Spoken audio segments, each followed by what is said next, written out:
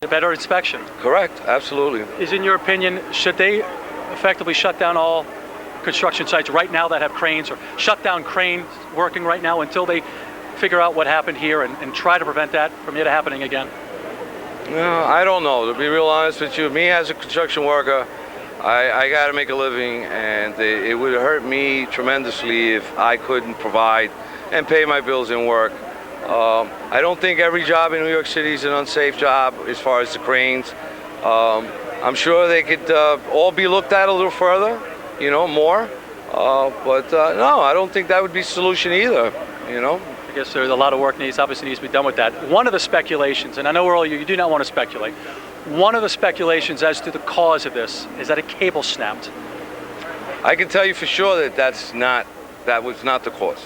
There's a lot of rumors going around, and like I told you, I'm not going to comment on rumors or whatever, but there's a lot of rumors going around why this accident happened. Nobody really knows for sure, and I'm certainly not qualified to tell you, and I won't make any comments on what I think happened. There's 2 people died here today, and it's just a loss for everybody. We're hearing, maybe I'm incorrect, I'm hearing 1 person. Are you hearing the 2 people? Yes, yes, the guy that was working on the sewer line. The one you were helping out? Correct, he passed away also. All right. Andy Alvarez, we appreciate your time with us. Thank you so much for sharing that with us, and stay safe on the job, please, for us. And continue to do your great job you do. All right, well, they were here, and I'm not sure if I was hearing it correctly, but he said, too, the man who he was helping, who was beneath that trapped debris, apparently has died from his injuries. So, of course, we'll try to get that confirmed for you, get that information when you can. But in the meantime, Rick and Jody, into you. All right, right now I'm being told we know confirmed 1 person has died. Whether or not Andy knows something we don't know, I'm sure we'll find out here as the day progresses. But Rick and Jody, we'll send it back on inside to you. Right, we have been reporting in the Associated Press, reporting 1 confirmed fatality, 2 serious injuries, but that certainly may change, and we're still awaiting information. In the meantime, as the crews continue to work out there at the scene, this is impacting people in the Yorkville area and all across the Upper East Side. And Inez is standing by with more on that. Inez? Correct, Jody. The closures that are still in place this morning are basically along First Avenue. That's where things are going to be the busiest this morning. First Avenue, starting off by 79th Street. If you're traveling on First already, you can travel from 79th Street up to 86th Street. Then you have to turn off. If you're going crosstown between 79 and 86, you will not be allowed onto First Avenue at all. Then between 86th Street and 94th Street, that is all closed this morning. Because of what's going on. 91st Street is closed between York Avenue and 2nd Avenue. Also, if you're going crosstown between 79 up to 84, that's where you cannot go through First Avenue at all. You have to keep going straight to York Avenue, basically. FDR Drive, if you're traveling there, looking at our live camera right now, you're actually doing okay. That's not a bad alternate to get around the east side. Also the west side, that's actually an even better alternate, and just avoid the area altogether. 2nd and 3rd Avenue, that will be very, very busy this morning. On the buses, we have delays and diversions on the M15, the M31, and the M86. So you definitely want to plan accordingly to that. No subways are affected at all this morning by what's going on. So that's actually the best way to go to mass transit. If you want more updates on all this, you can always go to myfoxny.com, click on the traffic page. Everything is right there updated for you. Rick, Jody? Thank you, Inez. You can also go to myfoxny.com to send us your pictures. Take a look at this one sent in by a viewer. It gives you a sense of exactly how large a chunk of this crane snapped off, in the words of Mayor Bloomberg. He said the top part of the crane snapped off, and there it is, smack in the middle of 91st Street from north to south. Send us your pictures. You can do that right now. You can also comment on all of this. We've been following this story all day. We've got a team of reporters spread out all over the Yorkville section of Manhattan, including Rosanna Scotto. We'll check in with Rosanna in just a moment. But first, we're going to take a quick break, and we'll have more right after this.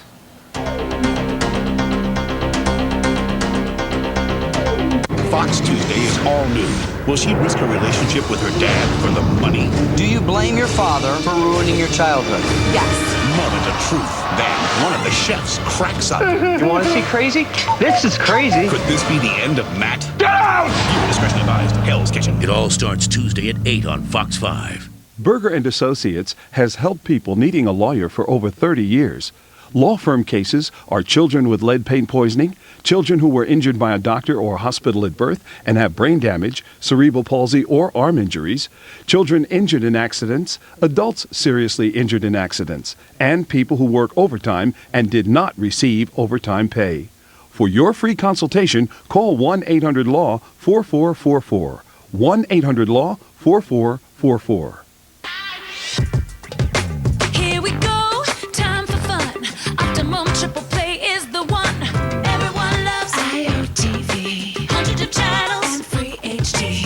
Watch a movie and watch the game. Just $29.95. Hey, that's it. 877-393-4448. Optimum Online is super fast. Everything else stuck in the past. Download songs and video.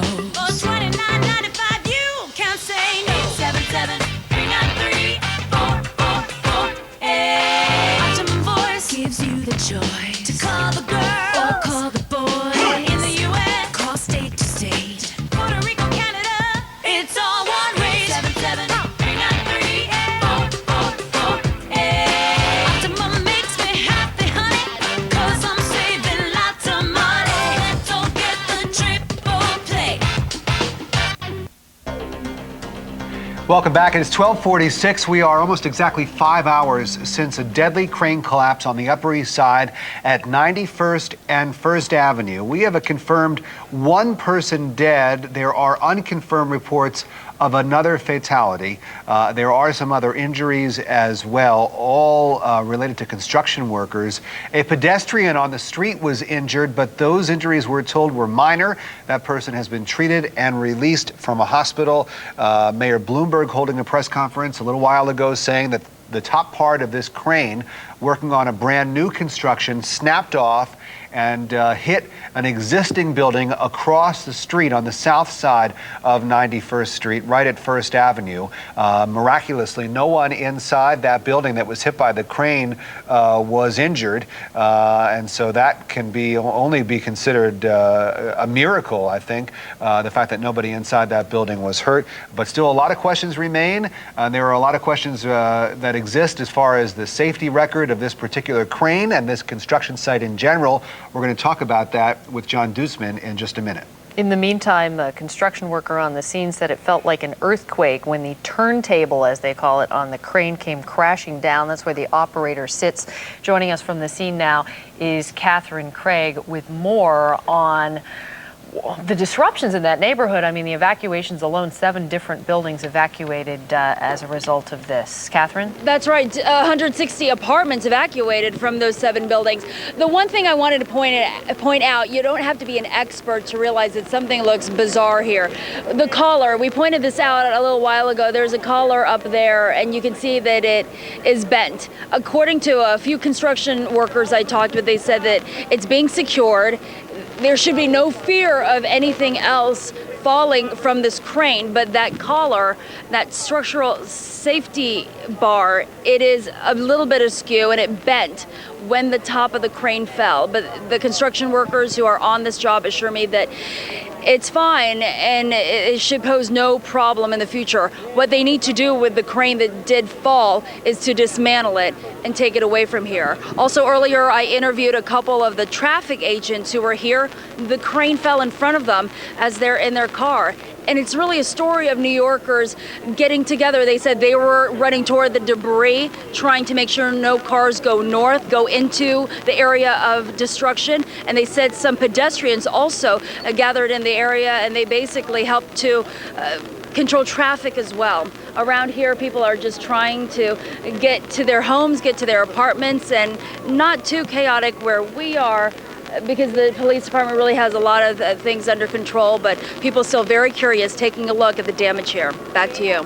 All right, Catherine, and we'll get back to you in a little while. And at this point, it really shouldn't surprise anyone that New Yorkers would band together and do what needs to be done in order to keep their neighbors and friends safe in the moments when this tragedy began to unfold early this morning.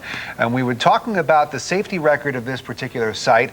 Probably not a surprise that there would be some complaints leveled against a construction site. I would imagine that that's probably the case with just about every construction site in the city, and there are so many on the Upper East Side and just about every other neighborhood. But this particular construction site and its record is going to come under intense scrutiny in the next in the hours and days that will follow as officials try to figure out exactly what went wrong there, and they're going to go back and look at some of the complaints that people had, and John Dutzman has been doing just that, looking and seeing what people have had to say about this. And what have you found, John? Well, Rick, we picked it up at the relevant complaints about the crane, and the crane looks like it got up there around I guess the 17th or so of April.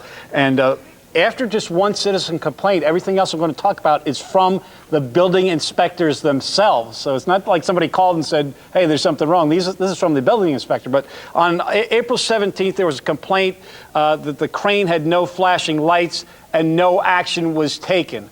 Then on the 22nd of April, the crane did not pass the load test. That's on the 22nd of April. If you could advance that graphic there, the crane did not pass the load test, and they had a stop use of the tower crane. Then on the very next day, on 4/23, the crane passed the load test, so they lifted the stop work order. Then on 4/25, 2 days later, they had a partial stop work order for working without a permit, operating unsafe. We don't know exactly what all this stuff means, but then on 4/26, another partial stop work order, low boom limit, switch and seal, and that's the way it was spelt on the report, C-E-A-L. I assume it means seal, S-E-A-L, leaking. And then on 5/21, that's May 21st, a full rescind of the stop work order for the low boom limit, switch and seal leaking. And then just yesterday on 5/29, and this is where it gets real interesting, just yesterday, a full rescind of stop work order for working without a permit and operating unsafe. Now, the mayor and the building department officials at the news conference didn't bring up most of this information. This information is available on the building department's own website. There's only two ways you can go here. This information is inaccurate, which they might as well just get rid of this system, or it is accurate, and the building officials were not telling us exactly what they knew during that news conference, probably because of what happened on 51st Street when that tragic accident happened. The mayor and everybody else said, hey, we were down there, we inspected this, there was an inspector there, and he found the crane to be okay, when in fact we know the inspector didn't even bother to show up, and he's in big trouble. He got fired, and the building commissioner quit, so there was a lot of controversy after that, and they are walking on eggshells, the entire department and the city, after what happened on 51st Street, so they're very cautious. But this is what's on their website. John Dutzman, thank you very much. And you can go to our website for a link to the city's website, myfoxny.com, and you can click on a link that we provided for you that will take you directly to the reports that John Dutzman was just talking about. Thanks, John. Meanwhile, the neighborhood surrounding 91st and 1st trying to cope, and our own Rosanna Scotto is down there talking with folks about exactly what they're going to be doing for the rest of today and beyond with all this disruption in their lives. Rosanna? Well, Jody, they're kind of used to it. I mean, the 2nd Avenue subway, they're working on that right now in the 90s on 2nd Avenue. That place is a mess. If you've ever been around there, you can't imagine. I feel so sorry for the people who live around there and the businesses because they're really disrupted. If you go down 2nd Avenue a little bit more, there's 3 or 4 construction sites within a 10-block radius. So the people in this area are somewhat used to the disruptions. Now, Robert, who lives in the area, happened to be parking his car at 8:04. And what happened, Robert? I was parallel to the site's like an L. It goes from 91st to 92nd. I was parallel to the construction trailers, and all of a sudden I heard this rumble like I never heard before, and I was like, I knew something was wrong, and the construction workers came running out of the trailer screaming, oh no, no, no. and the cars were going. I was turning to up first, and I looked down, and I could see on 91st, the trailer, the crane in the street. Construction workers were losing their mind. People were screaming, the dust and the smoke, and I said, I'm parking my car in the garage. I said, that's it. Did you notice if anybody was hurt at that point? No, all I know is I saw just a cloud of dust, and people were screaming. The construction workers were taking the helmets, and one of them threw it on the floor. And I just like, I'm going to put my car in the garage. That's it. I'm not looking for a spot no more. Were you a little worried? Yeah, I called my house, and I said, it's 804. I knew exactly it was 804. And the construction in the area, there's a lot of construction in this area. How disruptive is it to your life? Please. You have to go. If you live around here, you know what to do, but it's just chaos around here with the subway and construction, everything, and now this. Now, how will this impact your day and your parking and your life? Because obviously it has not been cleaned up yet and probably won't be for several more hours. I won't have no free parking. Early bird special, $12 a day. So that's what I'm doing. And the people in this area mostly used to the disruptions that are around here. Yeah, we're used to, but people that visit us don't want to visit us because they're like, oh, we can't find no parking around by you. But you must consider yourself pretty lucky. I mean, you were very close to a very tragic accident today. Yes. I count my lucky stars right now. And your family's okay? Everyone's fine. Did you start calling everybody that you knew? 804, I called my sister because I know she catches the express bus over here. She walks down that street, and she didn't leave her apartment yet, so I called my mother, my father, my uncle, man. Talk about being in the right place at the right time. Yeah, I was on 92nd instead of 91st. All right, Robert, thank you so much for talking to us. Appreciate it. Great coverage. Thank you. Well, you know, it really is amazing. I mean, the people, this area is so busy with families. There are lots of schools in the area. 8 o'clock in the morning, parents are taking their kids to school. People are getting ready to go to work. It's a busy area. It is heavily trafficked back and forth, not only with cars, but people on foot walking up and down the sidewalks. It's amazing that no one else was killed so far. One construction worker who was in that construction crane cab and 2 other construction workers. We hear there might be some others injured, but we're keeping an eye on that. And as soon as we get more information, we will definitely bring it to you. But a lot of people in this neighborhood are thinking that they're very, very lucky, and they're thanking God for this another day at a beautiful day in New York City. Back to you guys in the studio. Hey, Rosanna, I'm wondering, because we're getting a lot of people that are writing into myfoxny.com, and they're going on our message board and they're commenting, and some of them are very critical of Mayor Bloomberg. They're critical of the city. They say that the mayor is expanding the city and allowing too much growth too quickly. They call it greed, and they say that that's what's contributing to this rash of construction site accidents. Are you hearing that? Are people fed up in that neighborhood at the amount of building and construction that's going on? Not because it's an inconvenience, but because they feel it's too much too quickly? Well, you know what? I haven't heard that too much. People in this area, I think, are just used to it, and they don't assume that they have any power to stop it. This is a very hot neighborhood, Yorkville. It may be one of the last areas that are somewhat affordable. There's still a lot of rent-stabilized apartment buildings, and if you look around, there are not a lot of tall buildings, a lot of small buildings. The tall buildings are the new ones that are going up, and a lot of them are already sold out. So most people in this area don't feel that they have a say in stopping the construction going on.